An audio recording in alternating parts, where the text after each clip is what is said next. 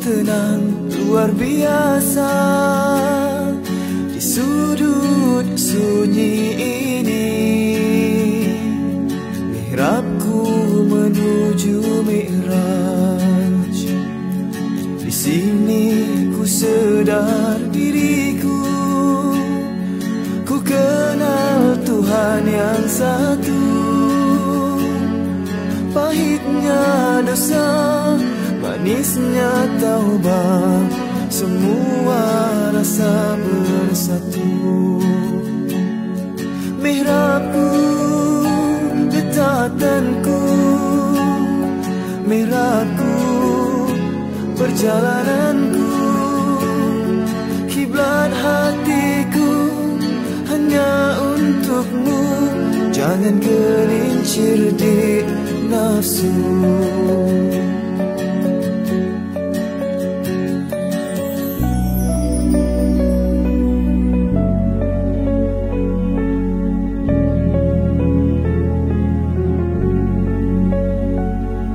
Di ruang kecil ini hatiku tenang luar biasa. Sunyi ini mihrabku menuju Mi'raj. Di sini ku sedar diriku, ku kenal Tuhan yang satu. Pahitnya dosa, manisnya taubat, semua rasa bersatu. Mihrabku, getatanku, mihrabku, perjalananku, kiblat hatiku hanya untukmu. Jangan gelincir di nafsu. Jauh sudah perjalananku, di mihrabku tersungkur syahdu. Jalan berliku ke lembah nafsu, hanya karena kau selamatkan aku.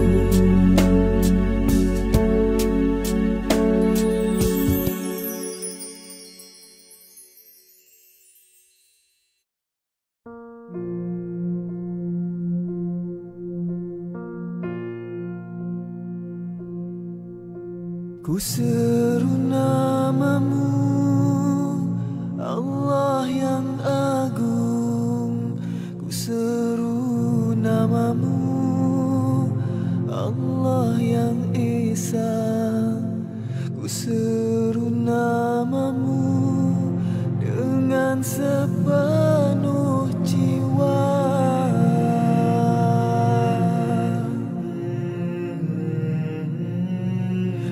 Latifu ya Halim, ya Rahmanu ya Rahim, ya Karimu ya Jawad. Hidupku mohon berkat, pandangilah aku, luruskan hatiku, teguhkan sabarku, indahkan syukurku. Ku seru namamu, Allah yang agung. Ku seru namamu, Allah yang Esa. Ku seru namamu dengan sepenuh jiwa. Ya Saburu ya Syakur, ya Subuhu ya Quddus, ya Hannanu ya Mannan, ya Zal Jalali wal Ikram. Engkaulah maksudku, Engkaulah tujuanku, redamu harapanku, bernaung di Firdausmu. Engkaulah maksudku, Engkaulah tujuanku, redhamu harapanku, bernaung di firdausmu.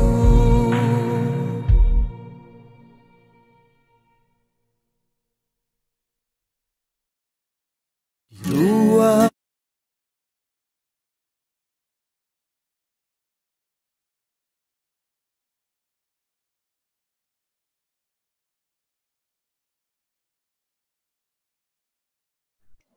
Bismillahirrahmanirrahim.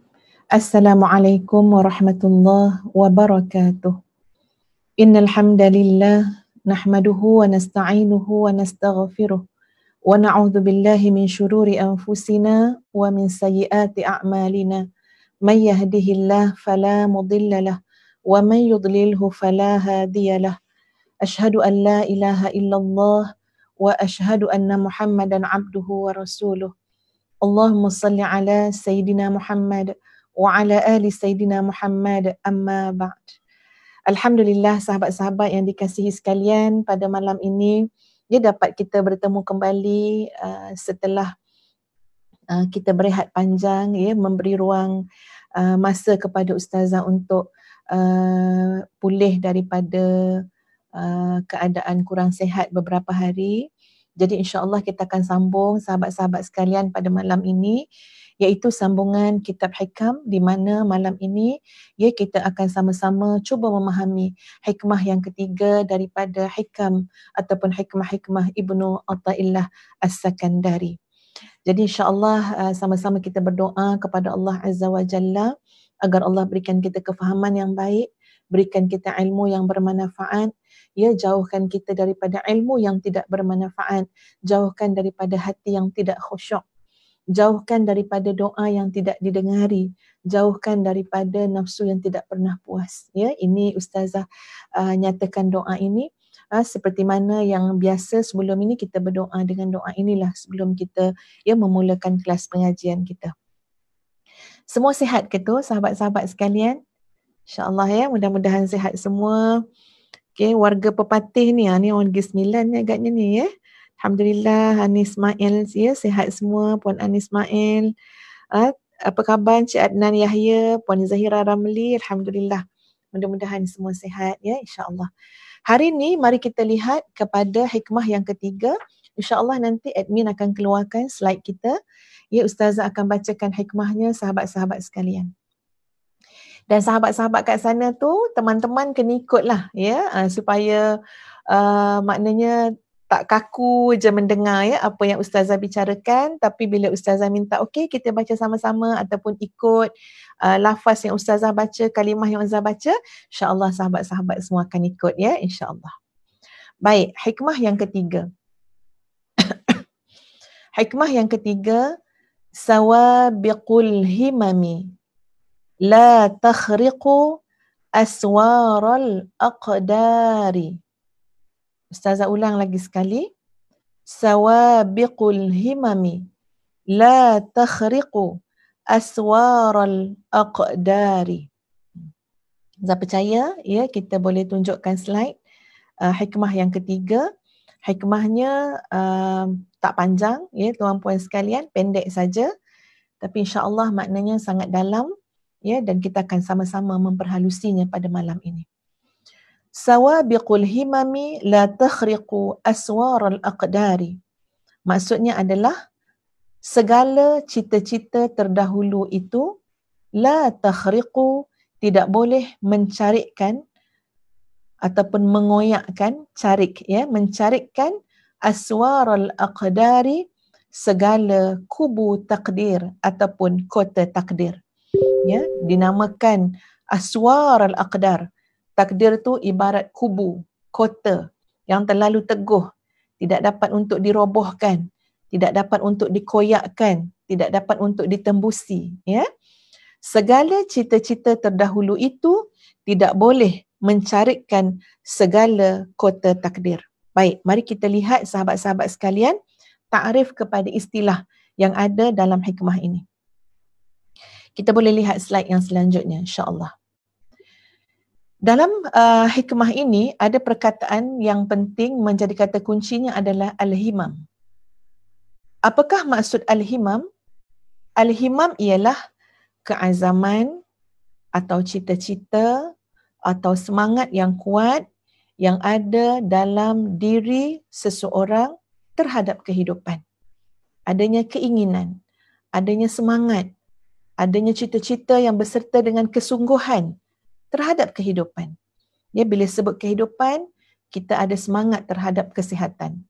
Kita ada cita-cita terhadap karier, terhadap perniagaan, terhadap pendidikan, terhadap status sosial, barangkali terhadap kemewahan, kesenangan, kesejahteraan dan macam-macam. Ya, ada dalam jiwa kita ni cita-cita, keinginan, harapan dan semangat.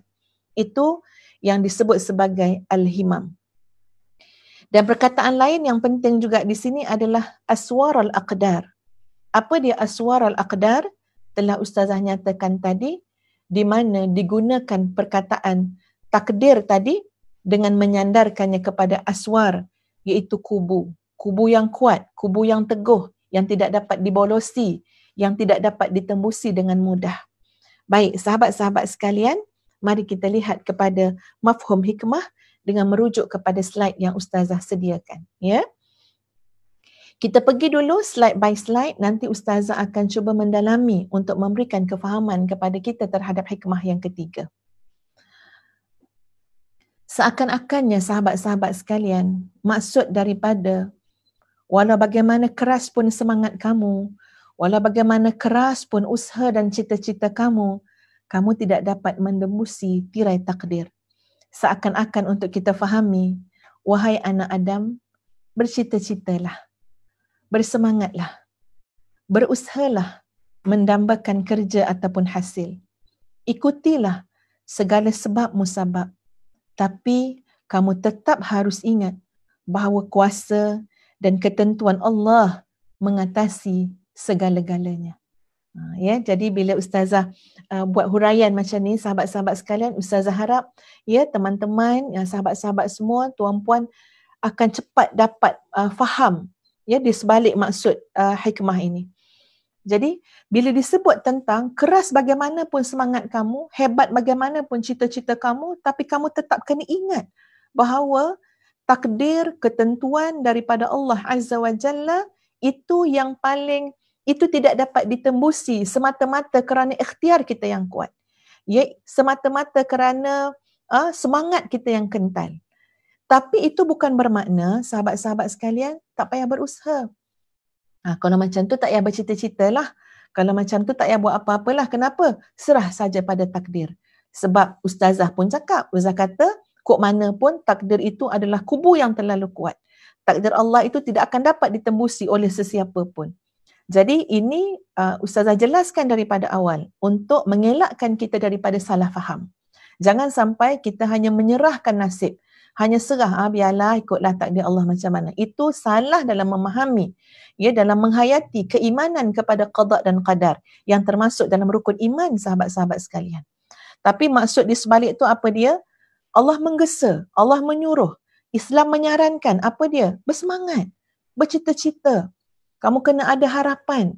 Tengok macam mana Rasulullah sallallahu alaihi wasallam ya telah mengajak para sahabat ketika mana dalam perang Khandak, tuan-puan sekalian, menggali parit. Dalam masa yang sama Nabi kata apa? Rom akan dikalahkan. Ghulibatur Rum. Rom akan dikalahkan. Ya, nak menggambarkan satu semangat, cita-cita, nak tanam, kamu akan nampak bahawa kejayaan, kegemilangan, kecemerlangan Islam ini sampaikan Rom, satu kuasa besar itu pun akan dikalahkan. Ikhtiar, usaha. Tapi dalam masa yang sama, tuan-puan sekalian, ingat, kita tetap ya dalam ketentuan, dalam takdir Allah Azza wa Jalla. Ustazah bawa contoh sahabat-sahabat sekalian dengan mengambil contoh tuan guru kita semua. Kita banyak ya terhutang budi dengan beliau. Beliau telah mengajar kepada kita semua, khususnya kalau macam ustazah rasa, ustazah daripada muda tuan-puan sekalian, rasanya sangat terpengaruh dengan pemikiran beliau, ya, dengan pendidikan yang beliau tanamkan, sama ada secara langsung ataupun tidak langsung. Siapakah tuan guru yang ustazah maksudkan? Iaitu almarhum tuan guru Profesor Datuk Dr. Harundin. Ya, kita nak ambil sebagai contoh pada malam ini. Lihat bagaimana ya Tuan Guru berusaha, berikhtiar untuk sihat.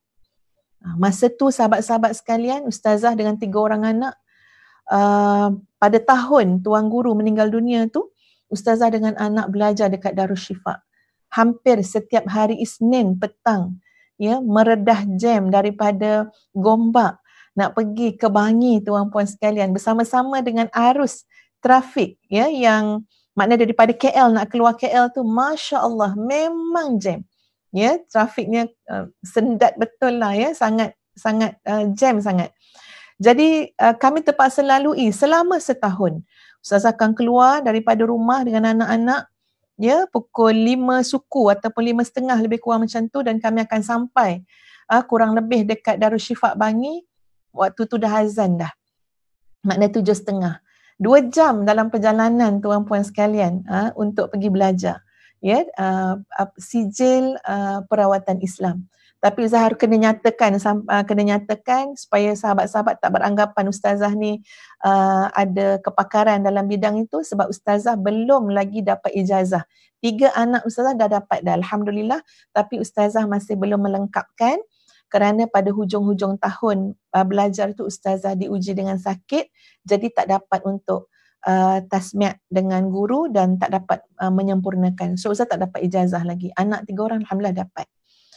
Tapi dalam tempoh itu sahabat-sahabat sekalian, Ustazah tengok macam mana Tuan Guru Harudin berusaha untuk sihat, berusaha untuk sembuh. Ya, bak kata anak Tuan Guru, ya, Dr. Huda, makna kata kalau jantung ni, ya, mana urat-urat yang boleh ditarik tu, sebab Tuan Guru kita sakit jantung kan, mana urat-urat yang boleh ditarik tu, habis urat dah tarik. Habis cara dah doktor ikhtiarkan, habis cara dah, ya, almarhum ni berikhtiar. Habis dekat Malaysia, pergi luar negara. Subhanallah. Sehingga kita lihat sahabat-sahabat sekalian, sampai pendek kata, meninggalnya Tuan Guru tu pun dalam keadaan sedang berusaha untuk sihat. Ya, beliau maknanya berlaku masalah ketika mana dalam pembedahan tu. Ya, untuk dalam kerangka untuk berikhtiar, berusaha untuk sembuh. Ustazah bercakap dengan salah seorang daripada, ya, orang yang dekat, yang hampir dengan Tuan Guru. Dia kata kalau ikutkan, ya, Tuan Guru kasih, Tuan Guru cinta kepada Allah dan Rasul, pastilah rasa rindu sangat nak bertemu dengan Allah dan Rasul. Apa sangatlah dengan kehidupan dunia yang telah dilalui, ya, hampir 70 tahun lebih. Tapi nak menunjukkan dari sudut mana kita kena ikhtiar. Ya, kita kena usaha juga. Penyakit ni selagi mana ada jalan usaha dan ikhtiar. Kenapa? Sebab dalam usaha dan ikhtiar itulah menjadi ibadah. Dalam usaha dan ikhtiar itulah, ya Allah kayakan kita dengan pahala. Ya Allah, ya Tuhan, pahala sabar, ya, pahala tawakal, Masya Allah, pahala syukur, macam-macam. Subhanallah, sahabat-sahabat sekalian. Ya, kena keluar duit. Dalam usaha kadang-kadang kena keluar duit. Cari duit keluar. Apa dia? Atas nama berusaha untuk sihat. Walaupun usaha kita tu, sahabat-sahabat sekalian, tetap sebenarnya kita kena yakin, ya, bukanlah kerana usaha kita itu akan menetapkan takdir daripada Allah Azza wa Jalla. Ya, kerana Allah Azza wa Jalla, ya, yang kita harus fahami dari segi qada adalah ketentuan Allah yang azali, ya, terhadap segala makhluknya. Allah Maha mengetahui segala-galanya, meletakkan ketentuan atas segala-galanya. Tapi segala usaha, ikhtiar, ya, segala proses yang berlaku kepada kita sebagai hamba, itu semua syarat dinilai sebagai ibadah, kebaikan yang akan kembali kepada diri kita sendiri. Dan Ustazah bawa contoh tadi, siapa dia? Almarhum Tuan Guru, ya, Datuk Dr. Harudin. Ikhtiar, usaha. Tapi tetap apa yang Allah tentukan, itulah yang berlaku. Ya, di tengah-tengah berusaha dan berikhtiar, Tuan Guru kita, ya, akhirnya kembali ke rahmatillah. Allah tentukan, Allah takdirkan jauh sangat, ya, bumi untuk Tuan Guru kita meninggal dunia. Nun jauh di California, USA sana tuan puan sekalian. Ya Allah, ya Tuhan, tak sampai dengan separuh hari perjalanan. Ia sangat jauh. Dan subhanallah, akhirnya kita tahu bahawa diukur jarak di antara tanah kelahiran, tanah tempat tinggal dengan tempat di mana seseorang itu mati. Dan sehebat itulah, ya, seluas itulah ganjaran pahala yang Allah akan berikan bahkan lebih luas lagi. Ia diukur sejauh mana jarak. Masya Allah, tabarakallahu ahsanul khaliqin. Tidak pernah sia-sia orang yang berusaha. Ya, orang yang bersemangat dan bercita-cita. Namun ingat, sawabiqul himam la takhriqu aswaral aqdari. Baik, sahabat-sahabat sekalian. Mari kita tengok slide yang selanjutnya. Memahami makna takdir. Imam Nawawi rahimahullah menyatakan, sesungguhnya segala sesuatu yang diciptakan oleh Allah Azza wa Jalla sudah digariskan sejak dahulu lagi. Allah Maha mengetahui setiap apa yang terjadi pada segala sesuatu dalam waktu yang Allah tentukan, sesuai dengan garis yang ditetapkan olehnya. Oleh itu, terjadinya hal ini pasti akan sesuai menurut sifat-sifat dan keadaan yang khusus, tepat seperti mana yang digariskan oleh Allah Azza wa Jalla. Allah Maha hebat ya sahabat-sahabat sekalian. Allah Maha sempurna. Kuasa Allah itu mutlak. Kalau kita lihat bagaimana pesanan Rasulullah sallallahu alaihi wasallam sendiri. Nabi sebutkan dalam sebuah hadis Nabi sallallahu alaihi wasallam daripada Abdullah bin Abbas radhiyallahu anhuma qala kuntu khalfan Nabi sallallahu alaihi wasallam yawman. Abdullah ibnu Abbas mengatakan, satu hari itu aku berada di belakang Nabi sallallahu alaihi wasallam. Faqala, tiba-tiba Nabi sallallahu alaihi wasallam bersabda, ya ghulam, wahai anak muda, inni u'allimuka kalimatin, aku nak ajarkan kepada kamu beberapa kalimah. Ihfazillaha yahfazka, ihfazillaha tajidhu tujahaka, idza sa'alta fas'alillah, wa idza ista'anta fasta'in billah, wa'lam anna al-ummata law ijtama'at ala an yanfa'uka bi syai'in lam yanfa'uka illa bi syai'in qad katabahu Allahu laka, wa in ijtama'u ala an yadurruka bi syai'in lam yadurruka illa bi syai'in qad katabahu Allahu 'alaika, rufi'atil aqlamu wa jaffatis suhufu. Maksudnya ialah, wahai anak, aku ajarkan kepadamu beberapa kalimah ini. Jagalah Allah, nescaya Dia akan menjagamu. Jagalah Allah, nescaya kamu akan dapati Dia di hadapanmu. Apa maksud jagalah Allah di sini sahabat-sahabat sekalian? Jagalah Allah di sini maknanya adalah hendaklah kita patuh, kita taat dengan segala perintah Allah Azza wa Jalla. Hendaklah kita meninggalkan segala yang dilarang oleh Allah Azza wa Jalla. Maksud jagalah Allah di sini adalah ya ketaatan, ubudiyah yang kita berikan kepada Allah, yang selayaknya kepada Allah Azza wa Jalla. Wa'bud rabbaka hatta ya'tiyakal yaqin. Sembahlah Tuhan kamu sampailah tibanya kepada garis keyakinan. Keyakinan dalam ayat ini ya telah pun dihuraikan oleh para ulama tafsir. Al-yaqin di sini adalah ya memberi juga maksud al-maut, kematian. Kamu sembahlah Tuhan kamu sampai kamu mati. Kamu sembahlah Tuhan kamu sampai benar-benar datangnya garis yakin, yang benar-benar yakin, yang tidak ada syak lagi. Dan demikianlah keadaan orang yang bertemu dengan kematian, tuan-puan sekalian. Jadi makna ihfazillah di sini, kita, urusan kita, ya, tanggungjawab kita, peranan kita, kerja kita adalah mentaati Allah. Kerja kita adalah memberikan sebaik-baik penghambaan kepada Allah Azza wa Jalla. Allahumma a'inni ala dhikrika wa syukrika wa husni ibadatik.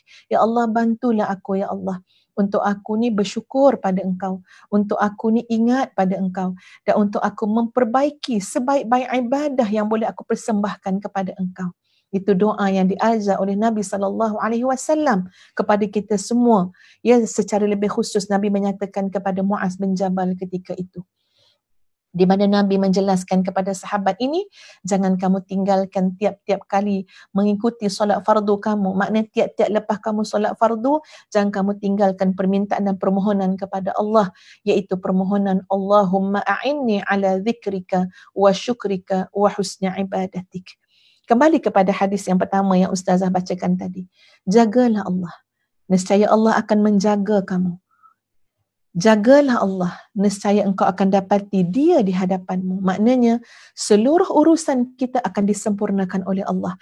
Seluruh urusan hidup kita akan dijaga oleh Allah. Dilindungi oleh Allah daripada perkara-perkara memudaratkan. Ya, kita akan dapat mencapai hajat cita-cita kita selama mana itulah di sisi Allah adalah kebaikan untuk kita, dan selama mana itulah di sisi Allah adalah kehendak Allah kepada kita. Baik, kemudian jika engkau hendak meminta, mintalah pada Allah. Kalau engkau nak minta pertolongan, mohonlah kepada Allah akan pertolongan tersebut. Ketahuilah. Tengok ya, ini penjelasan yang Nabi tegaskan kepada Abdullah ibnu Abbas tadi, bahkan untuk kita semua mengambil iktibar dan pengajaran daripadanya. Ketahuilah, seandainya seluruh umat ini bersatu untuk memberi kamu suatu keuntungan, maka hal itu sama sekali tidak akan berlaku, tidak akan kamu peroleh selain daripada apa yang telah Allah tetapkan kepada kamu.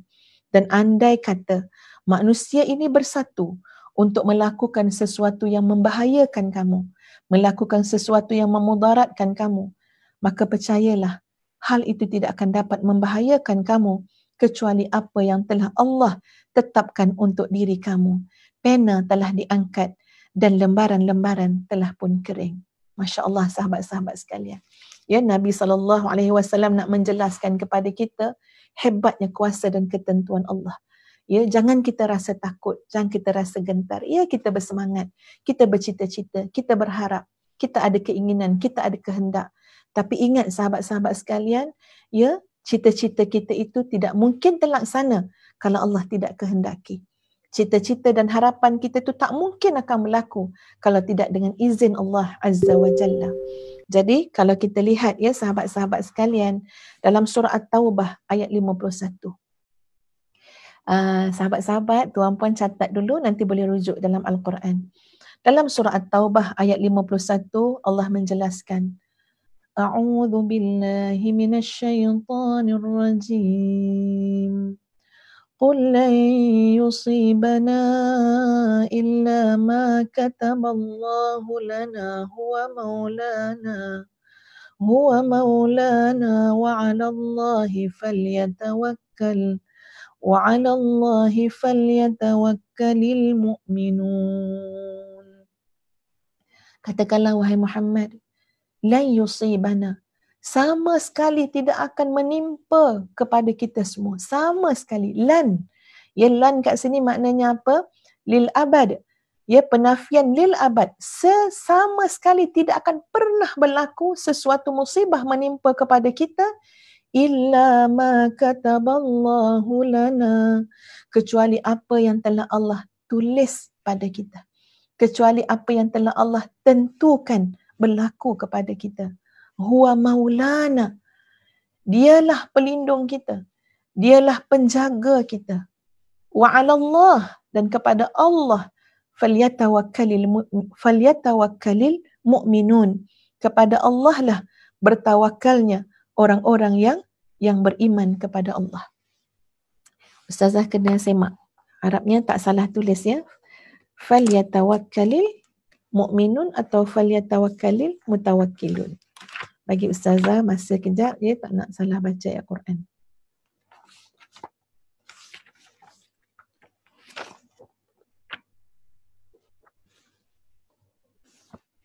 Ada yang boleh bantu Ustazah? Falyatawakkalil mu'minun. Betul ya. Falyatawakkalil mu'minun, dan kepada Allah lah bertawakalnya orang-orang yang beriman. Masya Allah.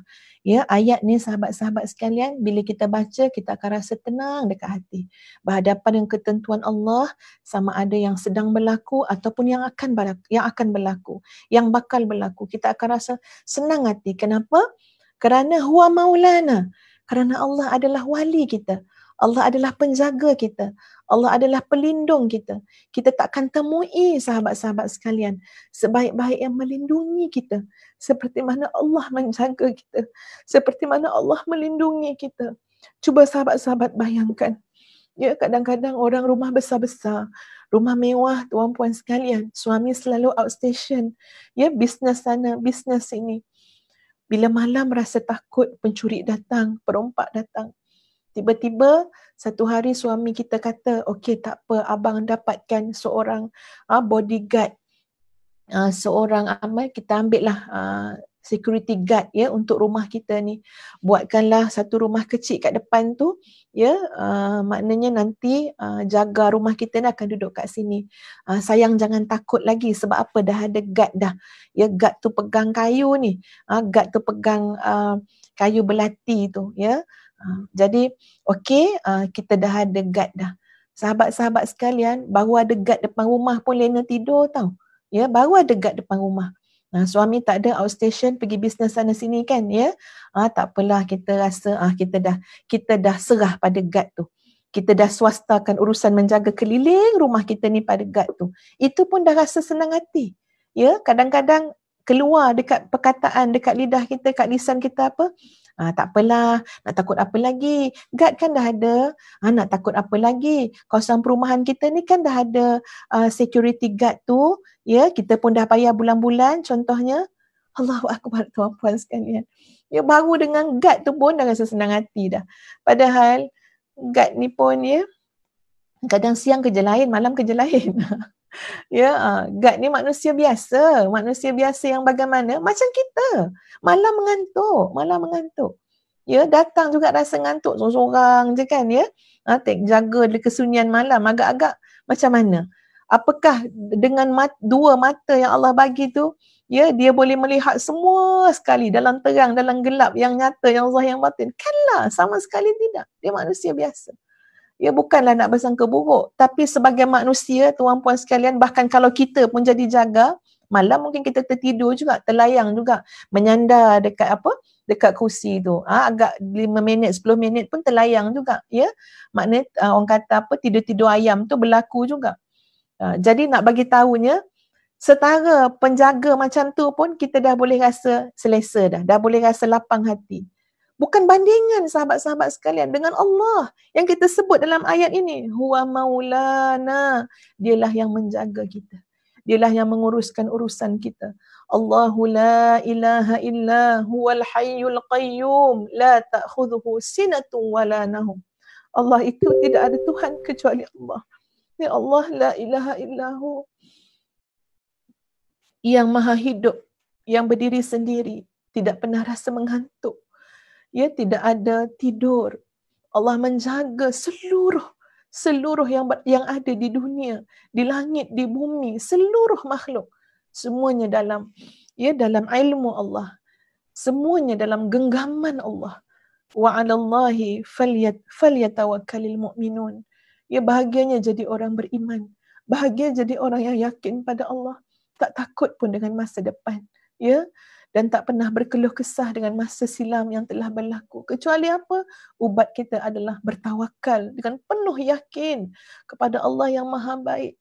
Allah yang melihat, Allah yang maha mendengar, Allah yang maha mengetahui segala-galanya. Tidak ada yang tertutup daripada pandangan Allah, daripada pengetahuan Allah. Segala-gala dalam ketentuan Allah.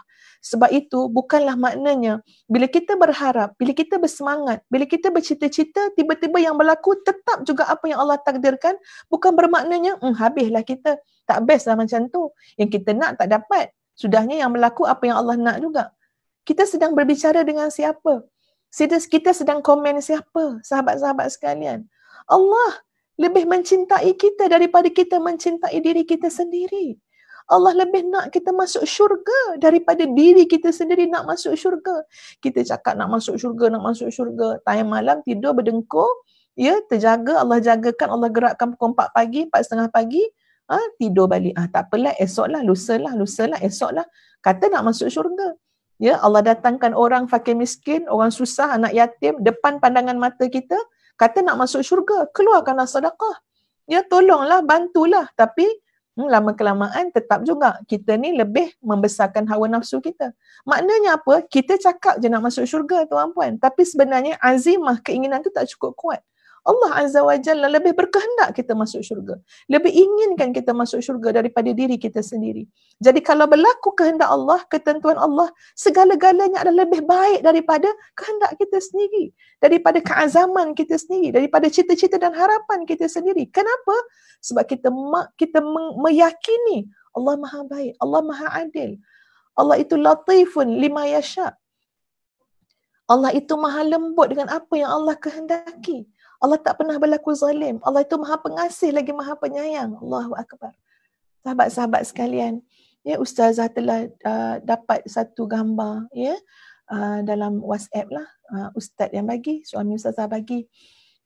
Ada seorang tua yang berniaga, tak ingat dah Ustazah, saya rasa berniaga buah-buah, ya, atau berniaga roti ke macam tu, yang dia apa ni, dia tolak kereta sorong kan, ya, berniaga. Maknanya berniaga ni bukan industri kecil ni, bapak punya kecil ni, ya, maknanya pakai kereta sorong je, tolak je. Agaknya untung adalah kot, ya, RM10 sehari ke apa semua. Tapi dekat kereta sorong dia tu, ya, dia tulis, maknanya dia akan nampak hari-hari tu, insya-Allah dia akan nampak hari-hari. Sebab dia tulis kat kereta sorong dia tu, apa dia? Jangan takut. Ya, jangan takut miskin. Ya, jangan takut miskin kerana kamu adalah hamba kepada yang Maha Kaya. Ya, maknanya masya-Allah, dalam pada dia berusaha, dalam pada dia berikhtiar, jual buah, jual roti. Mungkin boleh jadi ada orang beli, ada orang tak beli. Ada hari dapat banyak, ada hari dapat sikit. Tapi tengok keyakinan dia terhadap ketentuan Allah. Sampai dia kata, dia tulis, jangan takut miskin, jangan sedih, jangan risau. Kenapa? Apalah yang nak dirisaukan kepada seseorang yang merupakan hamba kepada yang Maha Kaya. Hamba kepada yang Maha Kaya. Ya, Tuhan kita adalah yang Maha Kaya. Allah Al-Ghani, Al-Mughni. Yang Maha Kaya dan Maha Mengkayakan. Yang Maha Mulia dan maknanya memuliakan siapa yang Allah nak angkat dengan kemuliaan. Jadi sahabat-sahabat sekalian, ini yang kita nak tanam dalam diri kita. Kita akan jadi manusia yang bersemangat, berikhtiar, berusaha, dalam masa yang sama bertawakal dengan Allah. Dalam masa yang sama sentiasa husnuzan dengan Allah. Dalam masa yang sama bergembira dengan setiap ketentuan, natijah, hasil pada apa jua yang kita lakukan. Kenapa?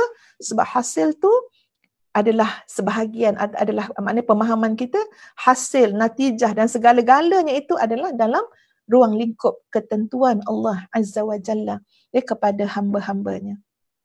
Kalau kita lihat dalam surah Al-Hadid ayat 22, sahabat-sahabat sekalian, ya. Cuba tengok dalam surah Al-Hadid.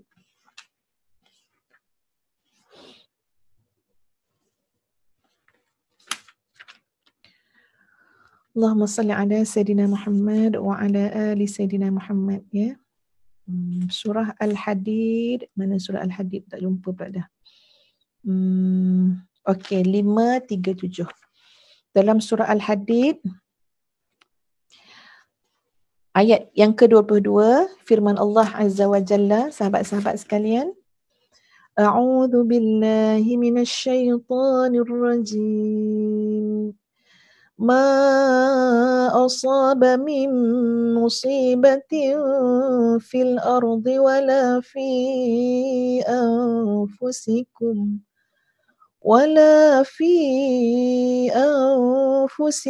illa fi kitabim min qabli an nabra'aha. Inna dhalika 'ala Allahi yasir. Sadaqallahul azim. Apa sahaja yang berlaku menimpa daripada sesuatu musibah di bumi ini, dan termasuk jugalah pada diri-diri kamu, kecuali semua itu telah tertulis sebelum ianya berlaku. Sesungguhnya bagi Allah semua itu adalah sangat mudah. Surah Al-Hadid ayat 22, sahabat-sahabat sekalian. Jadi, ya, kalau kita rujuk Quran, memang terlalu banyak ayat, ya, nak menanam akidah, keyakinan kita kepada Allah, khusus juga dalam bab keimanan kepada qada dan qadar.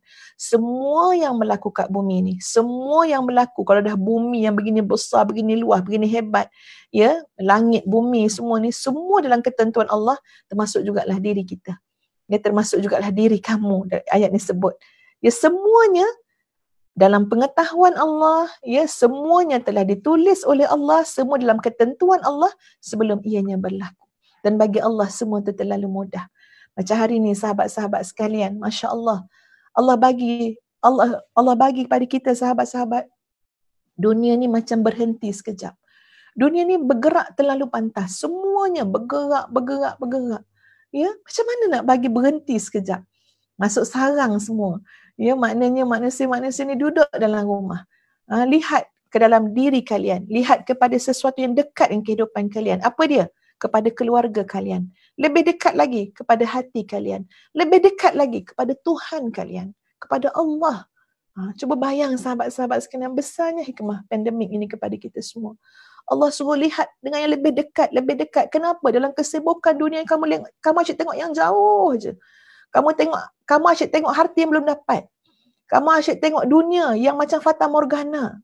Ya, kamu asyik tengok yang jauh je. Kamu bersaing kepada benda yang jauh yang semakin lari, fata morgana. Macam mana nak buat ni? Supaya apa? Supaya kamu lihat kepada yang dekat. Kamu lihat kepada yang asas dalam kehidupan kamu. Ya, kamu lihat pada yang dekat yang kamu, apa dia? Keluarga kamu. Dekat lagi, hati kamu, diri kamu, roh kamu, rohani kamu, spiritual kamu. Dan dekat lagi, Allah Azza wa Jalla. Sesungguhnya Allah itu, ya, lebih dekat kepada hambanya min hablil warid, daripada urat nyawanya sendiri. Wa idza sa'alaka ibadi anni, apabila hamba-hambaku bertanya tentang aku. Wa idza sa'alaka ibadi anni fa inni qarib, maka sesungguhnya aku amat dekat dengan hamba-hambaku. Sahabat-sahabat sekalian, ya, bercakap pasal dekat ni, Ustazah nak share sikit, ya. Kita cakap pasal keluarga tadi kan, ya. Ustazah share sikit. Ini nak ambil pengajaran juga, ya.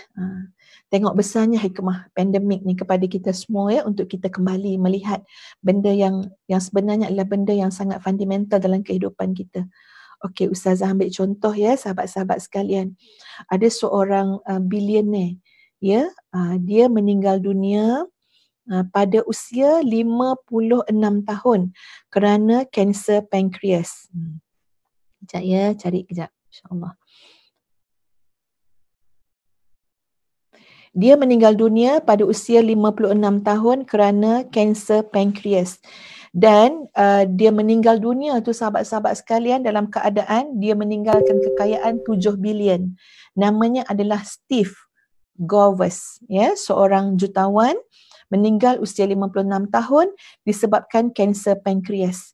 Pada masa dia berbaring di atas katil dia, ya, menahan kesakitan, sahabat-sahabat sekalian, dia telah cuba mengingati seluruh kehidupan dia sepanjang 56 tahun.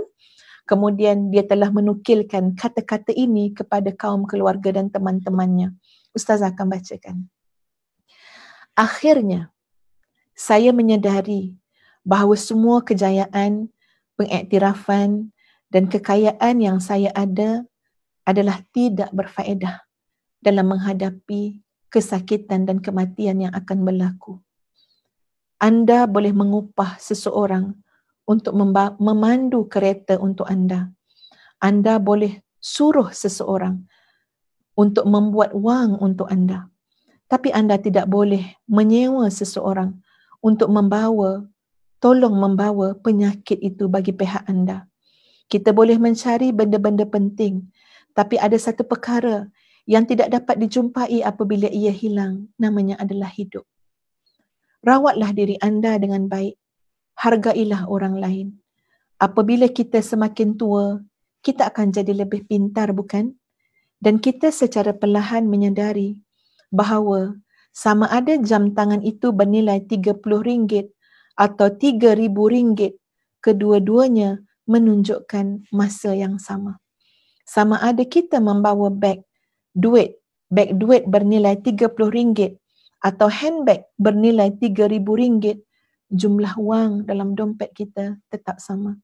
Sama ada kita memandu kereta bernilai RM150,000 atau sebuah kereta yang kita pandu bernilai RM30,000, jalan dan jarak yang ditempuhi adalah sama. Kita tetap boleh mencapai destinasi yang sama. Sekiranya rumah yang kami tinggal adalah 300 meter persegi atau ada orang yang tinggal dalam rumah 3,000 meter persegi, kesepiannya adalah sama. Kebahagiaan dalaman sejati anda tidak datang daripada benda-benda material di dunia ini. Sama ada anda terbang kelas pertama ataupun kelas ekonomi, saat pesawat itu terhempas, anda akan terhempas bersama-sama. Jadi saya harap anda memahaminya. Apabila anda mempunyai kawan, keluarga atau seseorang untuk bercakap dengannya, ini adalah kebahagiaan yang sebenar. 5 fakta yang tidak dapat dielakkan. Pertama, jangan didik anak anda semata-mata untuk jadi kaya, tapi didiklah mereka untuk jadi bahagia. Jadi apabila mereka membesar, mereka akan pandai menghargai sesuatu perkara, bukan menilai dari sudut wang ringgit semata-mata. Kedua, makan makanan anda sebagai ubat. Jika tidak, nanti anda perlu makan ubat sebagai makanan. Ketiga, siapa yang mengasihi anda tidak akan meninggalkan anda. Walaupun dia mempunyai 100 alasan untuk berputus asa dengan anda, dia akan sentiasa mencari satu sebab untuk terus bertahan. Dan biasanya ini berlaku kepada kaum keluarga kita sendiri. Yang keempat, terdapat perbezaan yang besar di antara manusia dan manusia yang baik. Yang kelima, jika anda mahu pergi dengan cepat, pergilah seorang-seorang. Tapi jika anda mahu pergi tempat yang jauh, pergilah bersama-sama. Hargailah keluarga kita semua. Masya Allah sahabat-sahabat sekalian, iaitu perkongsian, bukan daripada seorang Muslim pun, tapi dia mencari makna nilai secara insani, kemanusiaan, fitrah yang ada dalam diri seseorang bila melihat seluruh kehidupan ketika mana sudah berada di atas pelantar yang hampir dengan kematian. Jadi maknanya sahabat-sahabat sekalian, tengok, ya Allah, apa yang berlaku, sama ada berlaku di bumi, sama ada berlaku pada diri kami, semua dalam ilmu Allah, ketentuan Allah, dalam kekuasaan Allah belaka. Termasuk yang kita jadikan contoh tadi, pandemik COVID-19 ni sahabat-sahabat sekalian, dalam ilmu Allah, dalam pengetahuan Allah, dalam ketentuan Allah. Allah yang laksanakan segala-gala dengan segala kekuasaan Allah. Dan subhanallah, syarat dengan hikmah. Yang paling besar pada hikmah tersebut apa dia? Mendekatkan diri kita dengan Allah yang maha dekat dengan kita. Jangan di tengah-tengah ini tuan-puan sekalian, ketika mana berhenti sekejap dunia ni, rehat sekejap lah, beribu-ribu tahun bergerak dengan kita-kitanya, semua nak pantah, nak kejar, dapat sekarang tuan-puan sekalian. Tadi Ustaz baru mengajar anak-anak murid kat UTM, sebut tentang revolusi industri 1.0, 2.0, 3.0, sampailah revolusi industri 4.0.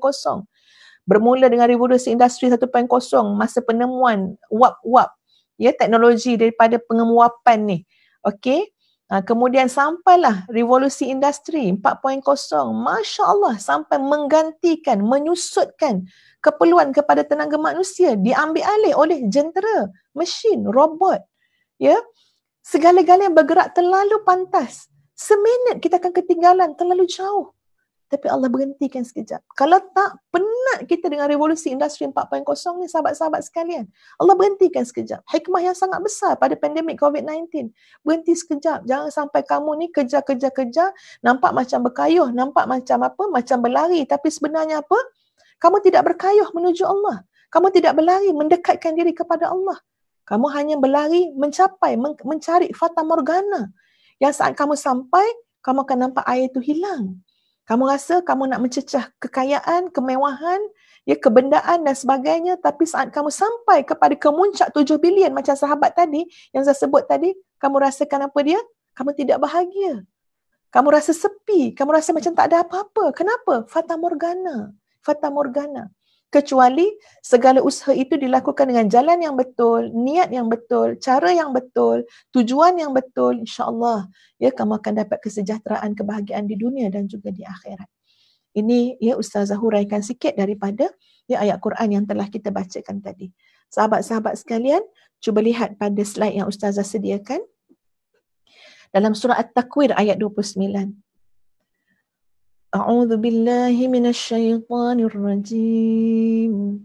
Wa ma tasha'una إلا أن يشاء الله رب العالمين. Sadaqallahul azim. Dan tiadalah kamu berkehendak kecuali apa yang dikehendaki Allah, Tuhan yang mengatur seisi alam. Wallahu a'lam. Tapi ini sikit pengalaman ustazah ya, sahabat-sahabat sekalian. Antara ketenangan dan kebahagiaan hidup ialah bila kita cuba menyelaraskan, menyesuaikan kehendak kita dengan kehendak Allah. Kita nyatakan ya, dalam tahajud ke, dalam munajat, dalam doa kita, ya Allah, jadikanlah keinginan aku ya Allah, kehendak aku ya Allah sama seperti mana yang kau kehendaki pada aku. Jadikanlah aku ya Allah senang sekali dengan kehendak-Mu, senang dengan apa yang kau inginkan kepada aku. Jangan kita berlawan dengan ketentuan Allah. Jangan kita berlawan dengan kehendak Allah. Sebaliknya berdamai dengan takdir. Ya, suka dengan apa yang Allah suka kepada kita. Kita juga tidak suka dengan apa yang Allah tidak kehendaki untuk kita. Ya, kita selalu rasa macam bahagia sangat. Apa yang ada pada kita sekarang, tuan-puan, bahagia. Ya, kenapa? Apa yang Allah kehendaki untuk kita, inilah satu keadaan yang harus kita nikmati. Allah, alhamdulillah, Allah nak aku macam ni. Ya, kau kena usaha, kena ikhtiar, kan? Macam kita dah belajar. Ini berkait juga ya sahabat-sahabat dengan hikmah yang kedua. Ada orang yang masih dalam zon ikhtiar, ada orang yang dah keluar dah. Kan? Tajrid. Ingat tak lagi yang kita belajar pada hikmah yang kedua? Kalau tak ingat ni kena buat periksa ni ya, kena ulang kaji, kena buat ujian. Jadi ini ada kaitan dengan hikmah yang sebelumnya dan hikmah yang akan datang, hikmah yang keempat ya, untuk kita faham. Jadi kita rasa apa? Kita rasa lapang je hati. Ya, ini kehendak Allah untuk aku. Aku senang ya Allah kalau ini yang kau kehendaki untuk aku. Ya, kita selalu sebut insya-Allah, insya-Allah. Ya, sekiranya Allah kehendaki, sekiranya Allah kehendaki. Kita pun faham macam mana Nabi sebut ya, bila mana kita berada pada sesuatu keadaan yang mungkin kita rasa macam menggugat kita, mencabar kita, sebut masya-Allahu kana wa ma lam yasha' lam yakun. Apa saja yang Allah kehendaki itulah yang akan berlaku, wa ma lam yasha' lam yakun. Apa yang Allah tak kehendaki tak akan berlaku. Dalam kehidupan kita macam-macam yang kita tempuh sahabat-sahabat sekalian, yang kadang-kadang menyebabkan kita keluh kesah, risau dan sebagainya, bimbang. Contoh ya, kalau ustazah, antara benda yang ustazah sangat risau, bimbang, kalau janji dengan mana-mana program dakwah, program ceramah tuan-puan sekalian, tiba-tiba ustazah lambat. Oh, dia punya risau tu, ya sangat risau. Contoh, okey, janji kelas start pukul 9 pagi. Contoh kelas ustazah dekat Masjid Bukit Jelutong, kelas kitab hikam, dah sampai dekat nak 100 dah hikmah tu. Hikmah yang ke-90 lebih rasanya. Okey, kelas pukul 9. Ya, ustazah juga yang selalu minta dengan penganjur supaya buat pagi-pagi, ya, senang. Tak nak lewat. Kalau boleh pukul 8, sebenarnya nak pukul 8. Tapi daripada rumah ustazah nak pergi ke Bukit Jelutong, ada banyak spot yang ustazah akan bertemu dengan, ya Allah, sesak yang amat sangat, tak bergerak kadang-kadang. Ya, jadi ada masanya tuan-puan sekalian, kalau ada accident kat depan ke apa, ya Allah, sangat lambat. Okey, tengok jam 9.10, 9 suku. Ustazah punya rasa ni, ya Allah, rasa memang apa, tertekan lah ya, risau lah. Rasa macam-macam dalam hati ni kan, ya Allah, sekejap telefon penganjur, okey sikit lagi, wes tunjuk macam ni. Tapi bila kita sebut, masya-Allahu kana wa ma lam yasha' lam yakun, dah serah pada Allah. Kalau Allah kata jadilah hari ni, jadilah. Kalau Allah kata tak jadi, ia tak akan berlaku. Walau sekuat mana pun usaha kita, walau segagah mana pun ikhtiar kita. Jadi bila kita sebut masya-Allahu kana wa ma lam yasha' lam yakun, dah kita pasrah pada Allah. Kita tawakal. Kita yakin semua tu syarat mengandungi hikmah ya daripada Allah Azza wa Jalla. Mungkin kita tahu, mungkin kita tidak tahu. Pada ayat yang lain dalam surah Al-Insan ayat 30. A'udzu billahi minasyaitonir rajim. وَمَا تَشَاءُونَ إِلَّا أَن يَشَاءَ اللَّهُ إِنَّ اللَّهَ كَانَ عَلِيمًا حَكِيمًا. Sadaqallahul azim. Dan tiada kamu mengkehendaki kecuali apa yang dikehendaki oleh Allah. Sesungguhnya Allah Maha mengetahui lagi Maha bijaksana. Tiadalah kamu mengkehendaki kecuali apa yang dikehendaki oleh Allah. Sesungguhnya Allah Maha mengetahui lagi Maha bijaksana. Kadang-kadang kalau kita tengok dalam Quran, ya, bila sebut tentang kehendak Allah, ya, keputusan Allah, kita akan temui di sana akan ada disebut tentang Asmaul Husna, nama-nama Allah yang maha indah, ya, nama-nama Allah yang maha hebat. Contoh kat sini Allah sebut Innallaha kana aliman hakima. Allah maha mengetahui lagi maha bijaksana. Sebab apa sahabat-sahabat sekalian? Kita nak tanam keyakinan, lebih rasa yakin lagi. Sebab ialah manusia ni iman, yazid wa yanqus, turun naik sahabat-sahabat sekalian. Tapi bila ditanam dengan Asmaul Husna, diperkenalkan kepada kita, ma'rifatullah, kenal Allah. Allah tu maha mengetahui, Allah tu maha bijaksana. Tenang saja menyandarkan kepada Allah. Tenang saja bertawakal kepada Allah. Tenang saja kehendak Allah lebih baik untuk kita daripada kehendak kita sendiri. Ya, Ustazah buat analogi yang mudah sahabat-sahabat sekalian. Kalau kita tak pandai, kita minta tolong kepada orang yang pandai. Kita tak pandai IT contohnya, kita pun swastakan, subkan kepada orang yang pandai. Kita just tanya je, okey ke? Okey ke tak okey? Okey ke tak okey? Macam tu je. Senang je. Apa dia? Tak payah serabut-serabut nak fikir. Dapat-dapat kalau orang yang pandai IT tu kata macam ni pula. Ustazah, relax je Ustazah. Tak payah fikir. Biar saya yang fikir. Ustazah, relax je Ustazah. Ustazah buat kerja Ustazah. Saya buat kerja saya. Lagi senang hati Ustazah. Macam kita naik kapal terbang tuan-puan sekalian, kita tak fikir pun kerja pramugari, kita tak fikir pun kerja, peranan, tugas, tanggungjawab pilot tu. Kita sebagai penumpang apa dia? Kita masuk, kita dah bayar tiket, kita masuk dalam kapal terbang, dah apa pramugari tu cakap masa dia bagi taklimat kat kita tu. Dia kata apa? Okey, nikmatilah perjalanan ini, dia katakan. Makna nikmati tu ada makan, boleh rehat, boleh tidur. Tak payah susah-susah nak fikir macam mana. Ya, tentang kapal terbang ni. Kita sebagai seorang Muslim bersandar pada Allah, kita dah berdoa. Lagilah senang hati. Ya, maksud di sebalik tu apa dia yang Ustaz nak maksudkan? Semata-mata hanya dengan kita yakin, kita percaya yang bawa ni adalah pilot yang bertauliah.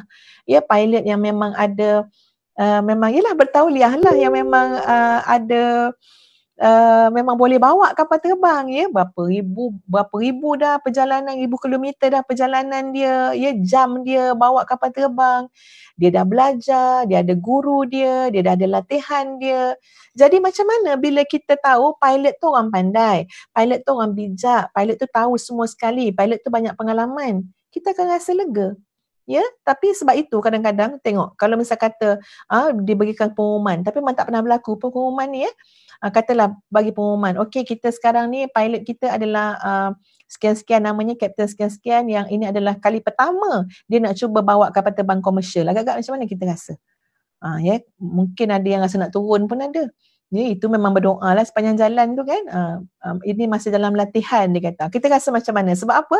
Sebab tahap pengetahuan, pengalaman dia tu kurang. Kita pun akan rasa apa? Kita pun rasa risau pun bertambah-tambah. Subhanallah tuan-puan sekalian. Walillahil mathalul a'la. Allah bukan bandingan dengan sesuatu apa pun. Tadi yang saya cakap analogi tu semua untuk takribul zihin, untuk dekatkan pemahaman kita semata-mata. Ya, Allah yang maha mengetahui, Allah yang maha bijaksana. Dah, bersandar pada Allah, tawakal pada Allah. Kita usaha tapi kita dalam keadaan tenang. Kita ikhtiar tapi kita dalam keadaan lapang. Kenapa? Kita usaha, ikhtiar, berdoa dalam package, dalam lingkungan apa? Iman kita kepada Allah, keyakinan kita kepada Allah. Jadi masya-Allah, hidup orang mukmin ni memang tenang, ya sahabat-sahabat sekalian. Kita lihat slide selanjutnya. Mafhum hikmah, ya, mafhum hikmah. Pertama sekali, daripada kefahaman kita terhadap hikmah ini, ia menanam kekuatan tauhid, keimanan terhadap kekuasaan Allah dan kehendaknya. Jadi yang macam tadi Ustazah huraikan, ya, yang berlaku apa dia? Iman kita akan bertambah. Yakin dengan Allah, mengesakan Allah. Allah tidak kita sekutukan dengan sesuatu apapun. Allahu Rabbi, la usyriku bihi syai'a. Allah Tuhanku, tidak aku syirikkan Allah dengan sesuatu apapun. Ya, pada kekuasaan, pada kesempurnaan, pada kehebatan, bahkan pada kehendak sahabat-sahabat sekalian. Kehendak Allah lah yang akan berlaku. Kehendak manusia ni, walau seluruh manusia tidak akan berlaku kecuali dengan izin Allah. Maka beruntung dan bertuahlah manusia yang Allah kurniakan kekuatan tawakal kepada Allah Azza wa Jalla. Yang kedua, tidak perlu terjerat dengan maksiat. Ini mafhum yang Ustazah buat kedua ni sahabat sekalian. Ini macam mafhum mukhalafah. Maksudnya mafhum di sebalik pemahaman kita ini. Ya, makna secara tidak langsung. Di sebalik itu apa dia? Prinsip kita, tidak perlu terjerat dengan maksiat atau menggadai prinsip semata-mata kerana inginkan sesuatu. Kita berkehendak nak jadi kaya, kita berkehendak nak jadi berjaya, ya, nak jadi usahawan, nak jadi macam-macam, nak jadi pemimpin, nak jadi ketua, nak jadi macam-macam, nak ni manusia, dorongan kehendak dia. Kalau kita berkehendak, ya sahabat-sahabat sekalian, mesti dalam ruang lingkup ikhtiar yang dibenarkan oleh Allah, ya, yang diharuskan oleh syarak, mesti meraihkan halal haram, ya, hukum hakam dalam Islam, wajib, makruh, sunat, segala macam mesti diraihkan. Jangan semata-mata kerana kita nak, kita sanggup, ya, melepasi, mencerobohi sempadan halal haram. Kerana kita nak, kita sanggup melakukan maksiat kepada Allah. Kerana kita nak, kita tak kira dah. Kita nak juga jadi kaya. Kita nak jadi usahawan berjaya. Kita nak jadi jutawan. Tak kira masuk benda syubhah pun tak apa, benda haram pun tak apa. Kita kena ingat, hujung jatuhnya yang berlaku adalah ketentuan Allah. Kesian tak kita? Kita dah buat maksiat, kita dah banyak dosa, ya, tapi takkan berlaku kecuali apa yang Allah kehendaki untuk kita. Jadi bertenang. Dalam ikhtiar, dalam usaha, terus menjadi hamba Allah yang taat. Ihfazillah. Jagalah segala titah perintah Allah. Ya, kenapa? Sebab tetap yang berlaku adalah apa yang Allah kehendaki kepada kita. Kalau tak tertulis kita ni nak jadi orang yang jadi orang kaya raya, ia tidak mungkin berlaku kecuali apa yang Allah kehendaki. Di sana ada ruang yang Allah berikan. Ruang apa? Kehebatan dalam doa itu sendiri. Ya, doa yang sangat gagah, doa yang kuat, yang kita rafakkan kepada Allah. Di sana ada takdir yang boleh berubah. Ya, ada takdir yang boleh berubah, sahabat sekalian. Kenapa? Dengan Allah Maha mengetahui segala-galanya. Allah Maha mengetahui dengan doa yang kita ucapkan. Dengan kesungguhan kita, semua Allah Maha mengetahui. Dan Allah menjadikan juga sebab musababnya apa dia? Doa kita tadi boleh mengubah takdir. Jadi di sana sahabat-sahabat sekalian, dalam bab doa ni nanti itu kita kena masuk pada hikmah-hikmah yang selanjutnya. Saya tak nak bolokkan semua kat sini kan, ya. Kita slow-slow kita nak memahaminya, ya. Tak mungkin kita nak faham semua sekali, ya, dalam keadaan ini. Baik. Yang ketiga, memaknai gabungan hebat di antara doa, ikhtiar dan tawakal. Ini hebat sekali, ya, gabungan ini. Kita bukan semata-mata jadi manusia yang berikhtiar.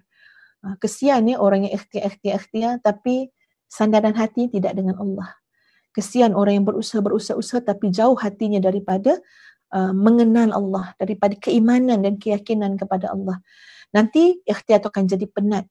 Orang yang memburu dunia, dia akan sibuk dan hasil dia apa? Penat, stres. Tapi orang yang berusaha, berikhtiar, tapi keyakinan pada Allah, tawakal pada Allah, ya, mengenal Allah Azza wa Jalla, hati itu akan senang. Dah, waktu time tidur aja, tenang-tenang aja. Kenapa? Semua urusan ni pada Allah, ya. Macam yang Ustazah pernah sebut pada sahabat-sahabat sekalian, jangan lupa nak tidur malam baca doa yang Nabi ajarkan, ya. Ini sebagai latihan juga untuk kita bersandar kepada Allah, untuk kita yakin, ya, menanam, maknanya menyuburkan keyakinan kepada Allah. Kita baca macam yang Nabi ajar, Allahumma aslamtu nafsi ilaika, ya, Allahumma aslamtu nafsi ilaika wa wajjahtu wajhi ilaika wa fawwadtu amri ilaika wa alja'tu zahri ilaika la malja wa la manja illa ilaika amantu bi kitabika allazi anzalta wa bi nabiyyika allazi arsalta. Dah tidur malam, ya, waktu tidur. Jadi hati tu akan jadi tenang. Baik, yang keempat, mengelakkan daripada penyakit kalau. Bila sesuatu tu sudah berlaku, sahabat-sahabat sekalian, jangan dikalaukan lagi. Ya, katalah tiba-tiba berlaku tergeser kereta kita dengan tiang ataupun dengan mana-manalah, ya, dengan mana-manalah besi ke apa, dan kemudian kita cakap, kalau tak lalu kat sini takkan jadi macam ni. Itu adalah perkataan kalau yang tidak boleh kita sebut. Kenapa? Kalau dalam konteks itu, sebab dia ada banyak kalau. Ada kalau dalam konteks yang lain. Bukan bermakna semua orang yang cakap kalau tu tak betul, ya. Yang tak betul, tuan-puan, kalau dalam konteks benda tu dah berlaku, dikalaukan lagi. Ya, maknanya kalau saya tak buat macam ni kan, kalau saya tak lalu jalan ni kan, kalau saya tak kahwin dengan dia kan, itu tak boleh. Kenapa? Benda tu dah ketentuan yang sudah berlaku, jangan dikalau-kalaukan lagi. Benda tu syarat dengan hikmah, mungkin kita yang tak tahu, ada kebaikan kita yang tak tahu, ya. Okey. Tapi kalau orang cakap kalau tak berusaha tak berjaya, tak ada masalah dengan perkataan kalau tu, ya. Okey. Yang keempat, sentiasa yakin dengan hikmah yang baik atas segala sesuatu. Jadi bila kita mengharap, bila kita bercita-cita, bila kita bersemangat menginginkan sesuatu, buat sesuatu, tapi andai kata hujung jatuhnya tidak seperti mana yang kita inginkan, kita tetap kena yakin bahawa ada macam-macam hikmah yang baik atas segala sesuatu yang ditentukan oleh Allah yang Maha Baik kepada kita semua. Sabda Nabi SAW, ini sebagai satu gesaan. Tugas kita sebenarnya, tanggungjawab kita adalah untuk menjadi hamba Allah yang saleh, yang taat kepada Allah. Adapun ketentuan urusan hidup kita, apa kesan, natijah dan sebagainya dalam hidup, serahlah pada Allah. Kita buat apa yang menjadi tanggungjawab kita, peranan kita sebagai hamba Allah, sebagai khalifah, menjalankan amanah yang dipertanggungjawabkan oleh Allah kepada kita. Sabda Nabi SAW, inna lillahi rijalan law aqsamu 'ala Allahi la abarrahum fi qasamihim. Sesungguhnya bagi Allah terdapat hamba-hamba yang taat, dan kalau mereka bersumpah atas nama Allah, nescaya ditunaikan sumpah mereka. Kita nak jadi yang macam ni, sahabat-sahabat sekalian. Kita nak jadi manusia yang taat kepada Allah. Itu kerja kita. Itu tanggungjawab kita. Kita nak jadi manusia yang taat kepada Allah. Nanti mulut kita ni Allah kurniakan lidah yang masin. Berdoa, Allahumma jadi belaka. Allahumma mustajab belaka. Ya Rab, Allah mustajabkan. Ya Rab, Allah mustajabkan. Ada di kalangan hamba-hamba Allah yang dengan ketaatannya kepada Allah, Allah perkenankan satu nikmat, kehebatan kepada hamba itu. Apa dia? Doanya doa yang mustajab. Dia seru je nama Allah, maka Allah perintahkan malaikat, maka Allah kurniakan kemustajaban terhadap apa yang dia minta. Bertepatan dengan hadis yang diriwayatkan oleh Abu Hurairah radhiyallahu an, rubba ash'atha aghbara madfu'in bil abwabi law aqsama 'ala Allahi la abarrah. Mungkin ada seorang laki-laki yang selekeh, tubuhnya berdebu, yang tidak dihiraukan orang, yang ditolak daripada pintu. Maknanya manusia tak ambil tahu pun pasal dia. Ada tak ada sama je. Tak ada orang yang nak mendekati dia. Kalau buat IG pun tak ada orang nak follow dia. Mungkin ada lelaki-lelaki yang macam tu. Tapi kalau dia bersumpah dengan nama Allah, nescaya Allah akan tunaikan. Allah akan mustajabkan. Jadi Masya Allah, sahabat-sahabat sekalian, inilah manusia-manusia yang beriman kepada Allah, yang taat kepada Allah, yang yakin dengan kehendak ketentuan Allah, yang bersandar dengan Allah Subhanahu wa ta'ala. Dalam suratul Fatah ayat 21, wa kana Allah ala kulli syai'in qadira. Dan adalah Allah Maha Kuasa atas segala sesuatu. Sebelum Ustazah akhiri, sahabat-sahabat sekalian, suka Ustaz jelaskan, Syekh Zarruq berkata, himmah, yang kita kata semangat, azam tadi, himmah ni dia ada 3. Pertama adalah himmatun qasirah. Himmah qasirah ni maknanya azam yang pendek je. Keazaman yang macam hangat-hangat ti ayam je lah.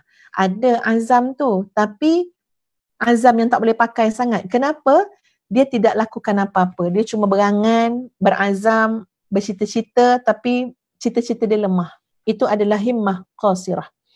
Ada orang, sahabat-sahabat sekalian, himmah mutawassitah. Apa dia himmah mutawassitah?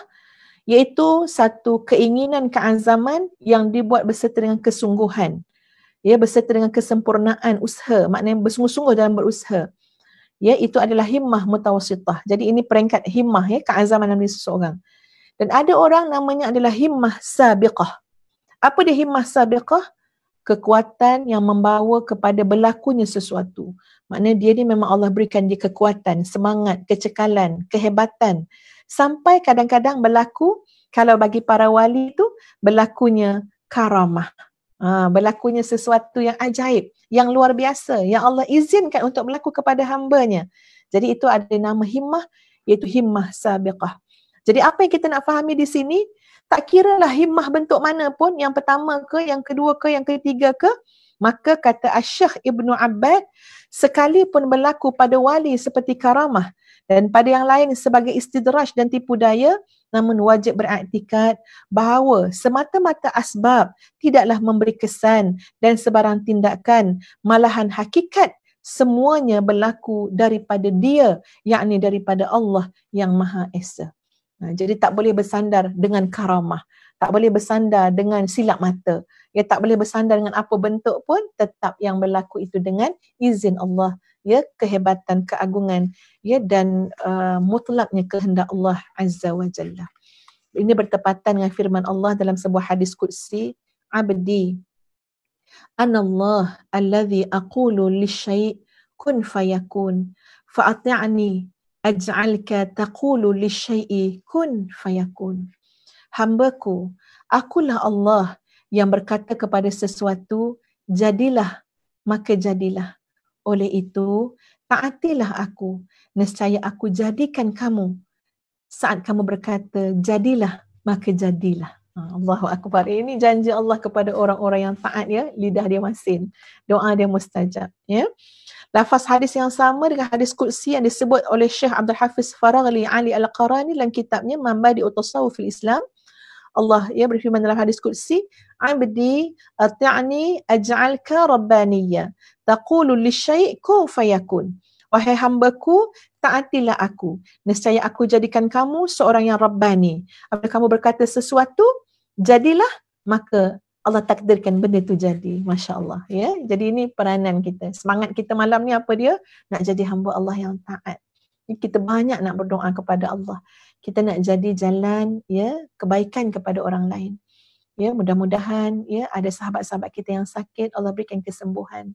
Doa kita mustajab, insya-Allah, mudah-mudahan, ya, jadi orang yang taat. Hadis qudsi hampir sama dengan hadis sahih yang disabdakan oleh Nabi SAW. فَإِذَا أَحْبَبْتُهُ كُنْتُ سَمْعَهُ الَّذِي يَسْمَعُ بِهِ وَبَصَرَهُ الَّذِي يُبْصِرُ بِهِ وَيَدَهُ الَّتِي يَبْطِشُ بِهَا وَرِجْلَهُ الَّتِي يَمْشِي بِهَا وَإِنْ سَأَلَنِي لَأُعْطِيَنَّهُ. Maksudnya, apabila aku kasih kepada hambaku itu, aku jadi pendengaran yang dia mendengar dengan dia. Aku menjadi penglihatan yang dia melihat dengannya. Dan aku jadi tangan yang menguatkan baginya, ataupun menjadi kuasa yang menguatkan baginya. Jika dia meminta sesuatu kepadaku, nescaya aku tunaikannya. Riwayat Bukhari dalam Al-Jami' Sahih. Jadi sahabat-sahabat sekalian, ya, mudah-mudahan dapat kita fahami sedikit sebanyak, ya, tentang hikmah yang ketiga ini. Ya, mari kita sama-sama beristighfar kepada Allah Azza wa Jalla atas segala kesilapan, kelemahan, taksir kita dalam ketaatan kita, ya, dalam urusan kehidupan kita sebagai hamba Allah. Kita istighfar kepada Allah. Astaghfirullahalazim, astaghfirullahalazim, astaghfirullahalazim. Ya Allah, ampunilah dosa-dosa kami, ya Allah, yang kami tak sengaja ataupun yang kami sengaja, dosa terdahulu, dosa sekarang, dosa yang akan datang. Ya Allah, rahmatilah kami, angkatlah darjat kami, ya Allah, perbaikilah segala kelemahan dan kesilapan kami, ya Allah. Ya Allah, ya Tuhan kami, berilah kami keberkatan, kesejahteraan dalam kehidupan kami. Ya Allah, ya Tuhan kami, jadikanlah kami jalan kebaikan kepada yang lain. Ya Allah, ya Tuhan kami, ampunilah dosa kami, ya Allah, sucikanlah hati kami, ya Allah. Buanglah segala penyakit-penyakit mazmumah daripada jiwa kami dan gantikanlah dengan qalbun salim, hati yang sejahtera. Wassallallahu ala Muhammad wa ala ali Muhammad walhamdulillahi rabbil alamin. Sahabat-sahabat sekalian, insya-Allah mudah-mudahan, ya, kepada semua sahabat yang mungkin masih belum mendaftar lagi untuk kita punya sesi mihrab coaching dalam tema penghayatan Asmaul Husna, pembentukan qalbun salim menerusi penghayatan Asmaul Husna. Ya, mudah-mudahan sahabat-sahabat diberikan kelapangan, ya, kemudahan oleh Allah untuk mendaftar dalam mihrab coaching tersebut, kerana insya-Allah kita akan live, ya, secara khusus dalam Facebook mihrab coaching pada hari Sabtu dan Ahad ini. Kelas kita pada 10.30 pagi, ya, untuk kita mendalami tentang hati kita sendiri. Yang sangat dekat dengan kita, tapi mungkin yang dekat tu pula lah yang kita tak tahu, ya, tak ambil berat dan sebagainya. Jadi macam mana kita sama-sama, bukan bermakna ustazah yang terbaik, suami ustazah yang terbaik, tak. Kita sama-sama ni, sama-sama nak dapatkan qalbun salim menerusi penghayatan terhadap Asmaul Husna, ya. Jadi sama-sama kita bertemu nanti insya-Allah, ya, pada siaran mihrab coaching pada hari Sabtu dan Ahad ini insya-Allah. Dia ada 4 kali siaran. Jadi ustazah mempelawa buat kesekian kalinya kepada sahabat-sahabat sekalian. Semoga dimudahkan oleh Allah urusan ini. Terima kasih semua. Ya, silakan share kepada sahabat-sahabat kita, ya. Mungkin kita tak mengajar, tapi bila kita share kepada yang lain, Mungkin yang lain tak tengok hari ni, tapi akan tengok pada masa yang lain. InsyaAllah tetap akan jadi jalan kebaikan kepada kita semua. Kita dapat pahala macam pahala orang yang beramal juga, ya, dengan apa yang kita tunjukkan kebaikan kepada orang lain. Terima kasih semua. Ya, doakan kesejahteraan, kesihatan kepada kita semua. Terima kasih Anwar Fatih Team. Ya, jadi insyaAllah kita bertemu pada malam esok. Ustazah buat sikit pengubahsuaian waktu, ya. Jadi Selasa, Rabu dan Khamis untuk minggu ni kerana beberapa kekangan di pihak Ustazah. Mudah-mudahan Allah mudahkan urusan kita semua. Jadi malam esok sekali dan hari Khamis lagi sekali malam. Kemudiannya kita akan bertemu balik insyaAllah pada minggu hadapan untuk kuliah talaqi, ya. Sabtu dan Ahad ini Ustazah nak berikan tumpuan untuk kelas Mihrab Coaching Qalbun Salim menerusi penghayatan Asmaul Husna. Sekian sahabat-sahabat semua. Wabillahi taufiq wal hidayah. Assalamualaikum warahmatullahi wabarakatuh. Ruang kecil ini hatiku tenang luar biasa. Di sudut sunyi ini mihrabku menuju Mi'raj. Di sini ku sedar diriku, ku kenal Tuhan yang satu.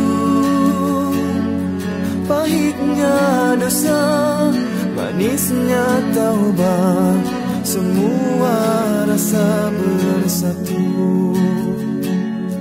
Mihrabku, getatanku, mihrabku, perjalananku, kiblat hatiku hanya untukmu.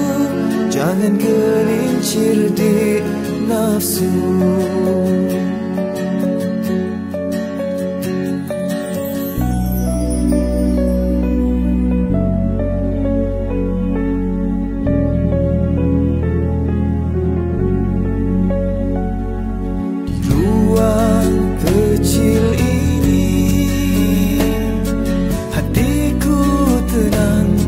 Biasa di sudut sunyi ini,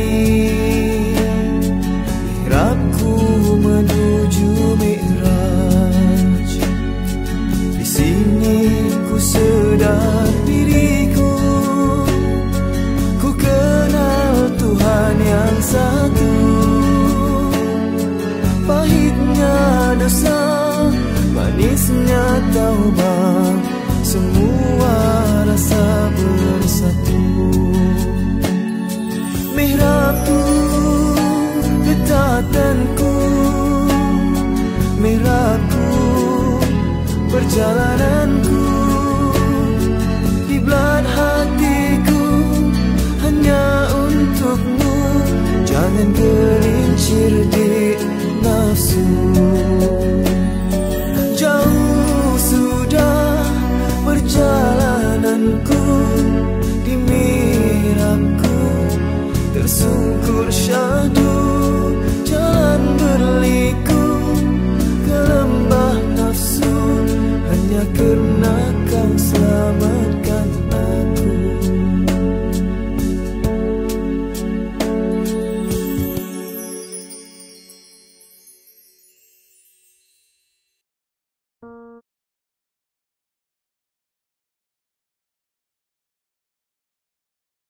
Ruang kecil ini hatiku tenang luar biasa. Di sudut sunyi ini mihrabku menuju Mi'raj. Di sini ku sedar diriku, ku kenal Tuhan yang satu. Pahitnya dosa, manisnya taubat, semua rasa bersatu. Mihrabku, getatanku, mihrabku, perjalananku, kiblat hatiku hanya untukmu. jangan gelincir di nafsu.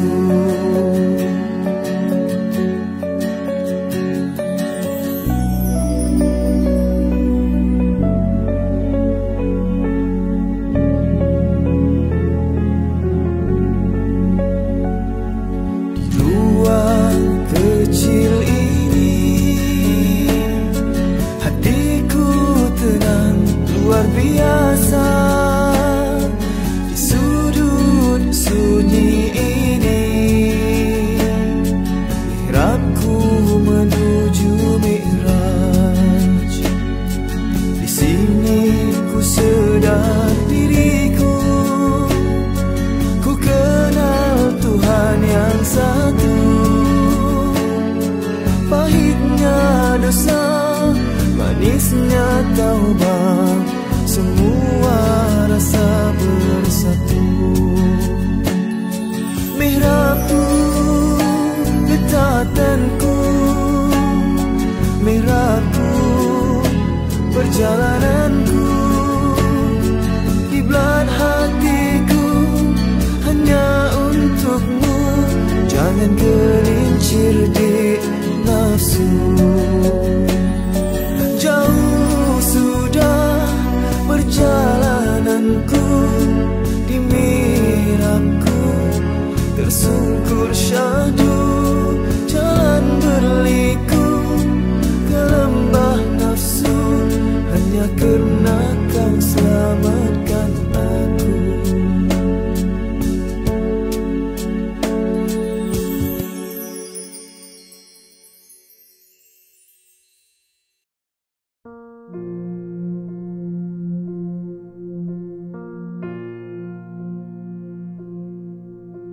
Ku seru namamu, Allah yang agung.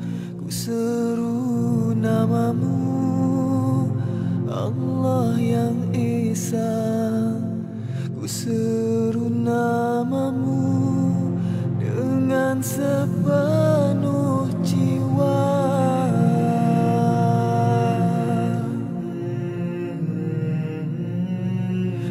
Latifu ya Halim, ya Rahmanu ya Rahim, ya Karimu ya Jawad.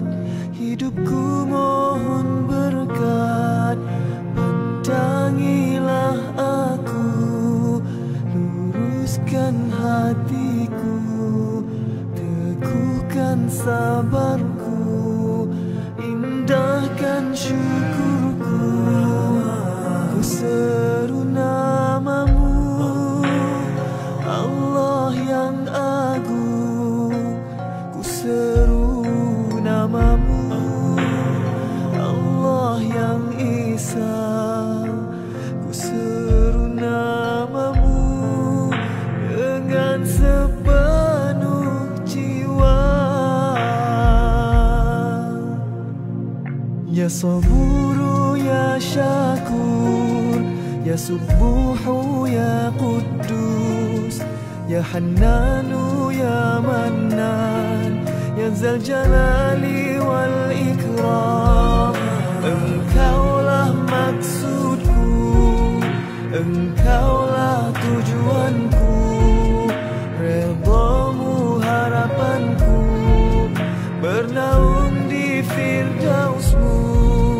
Engkaulah maksudku, engkaulah tujuanku, redamu harapanku, bernaung di firdausmu.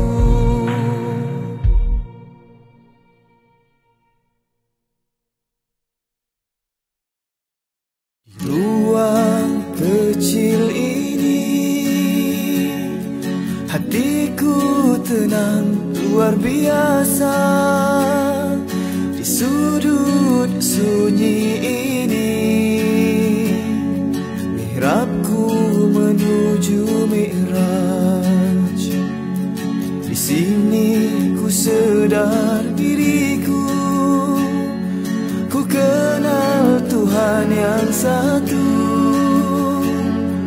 Pahitnya dosa, manisnya taubat, semua rasa bersatu. Mihrabku, ketatanku, mihrabku, perjalananku, kiblat hatiku hanya untukmu. Jangan gelincir di nafsu.